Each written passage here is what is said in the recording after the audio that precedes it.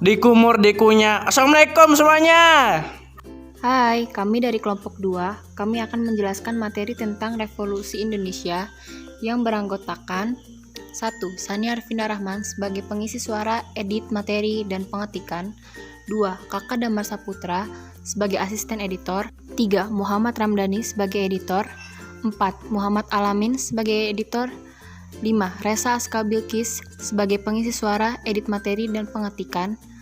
Dan yang keenam, Nida Fitri sebagai penyedia materi dan desain ilustrator. Berikut ini daftar isi. 1. Pengertian Revolusi Indonesia. 2. Latar belakang. 3. Proklamasi kemerdekaan. 4. Revolusi sosial. 5. Konflik bersenjata. 6. Diplomasi. 7. Dampak.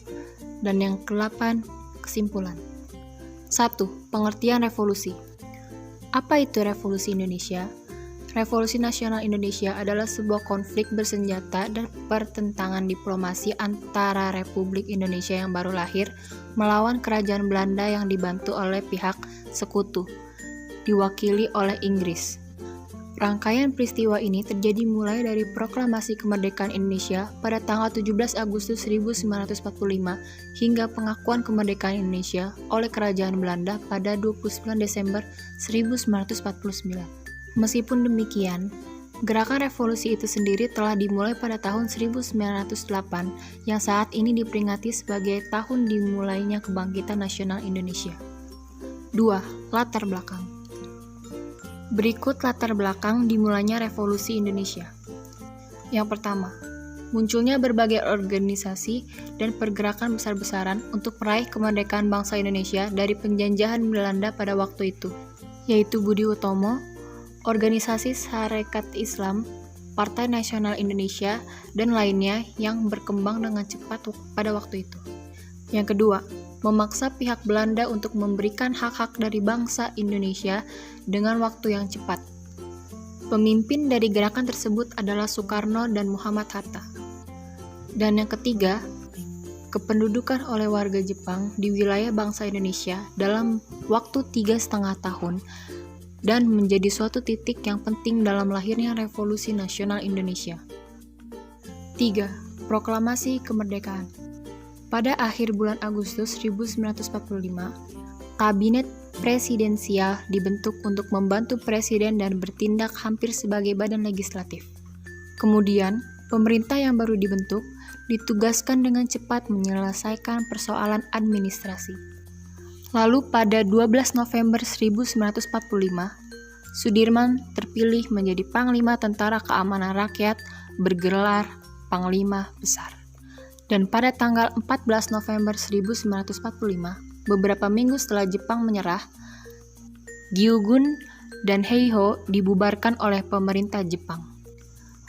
Berikut adalah isi dari teks Proklamasi Kemerdekaan Indonesia.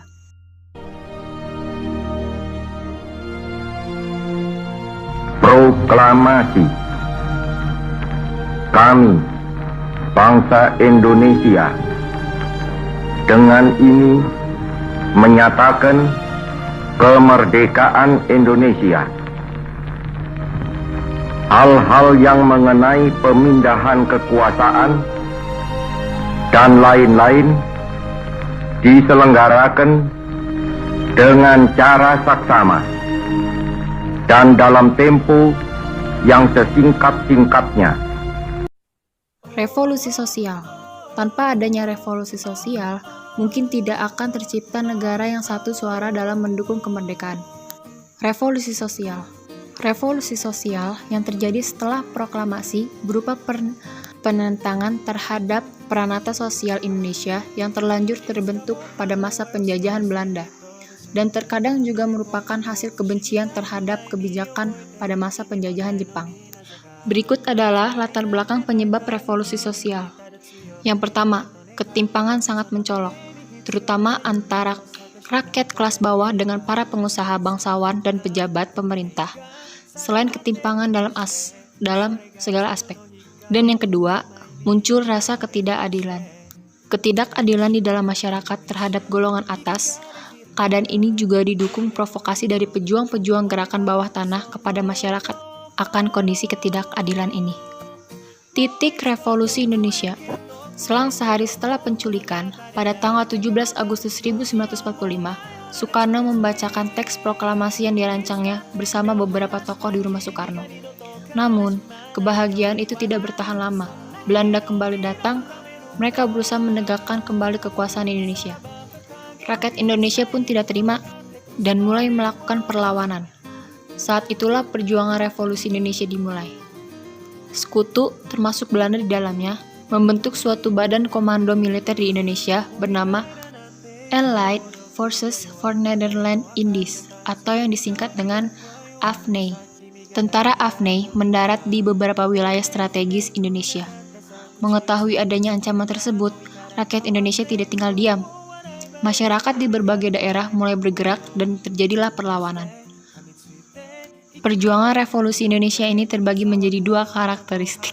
Yang pertama, itu perlawanan dengan menggunakan cara fisik, kemudian satu lagi perlawanan menggunakan jalur diplomasi.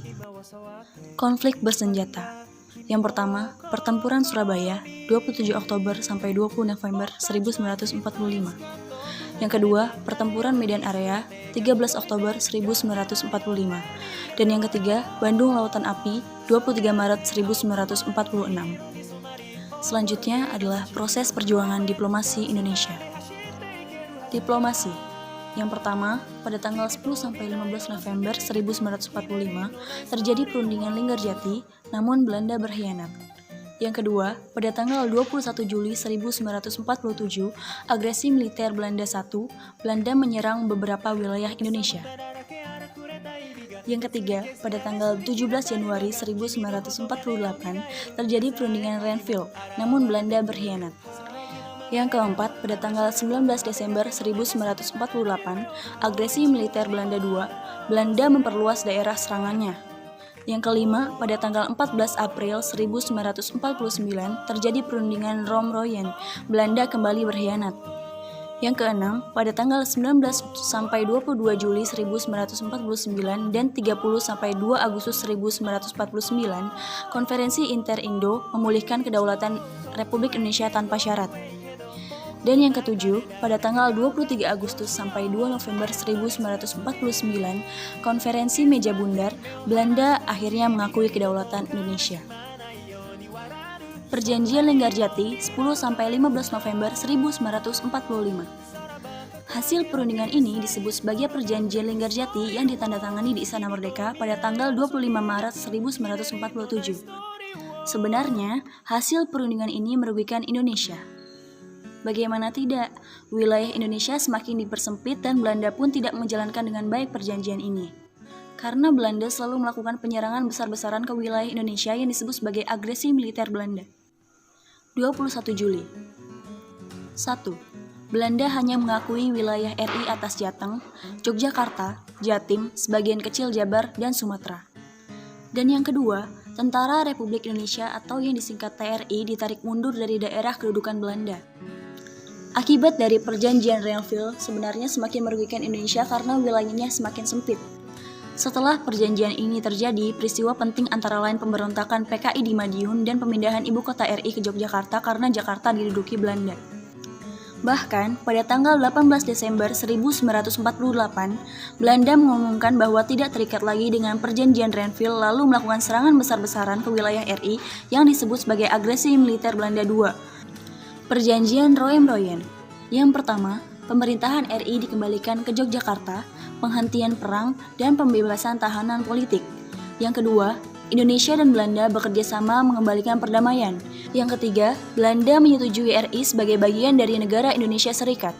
Dan yang keempat, akan diselenggarakan KMB setelah pemerintahan RI kembali ke Yogyakarta. Hasil dari Konferensi Meja Bundar. 1. Indonesia menjadi Republik Indonesia Serikat dan Belanda menyerahkan kedaulatan pada RIS pada akhir Desember 1949. 2. RIS dan Belanda akan tergabung dalam Uni Indonesia-Belanda. 3. Masalah Irian Barat akan diselesaikan setahun setelah pengakuan kedaulatan. Kesimpulan. 1. Pengertian. Revolusi Indonesia adalah suatu masa perjalanan sejarah Indonesia modern yang singkat. 2. Waktu. Revolusi Indonesia berlangsung selama 5 tahun dan dampaknya cukup besar bagi sejarah Indonesia ke depannya. 3. tidak membedakan. Semua golongan bersatu tanpa memandang etnis, suku, agama, usia, jabatan, dan juga ideologi. Dan yang keempat, terbagi. Revolusi Indonesia terbagi menjadi 2 karakteristik, yaitu 1. Perjuangan secara fisik, dan 2. Perjuangan diplomasi. Sekian presentasi dari kelompok kami, kurang lebihnya mohon maaf. Wassalamualaikum warahmatullahi wabarakatuh.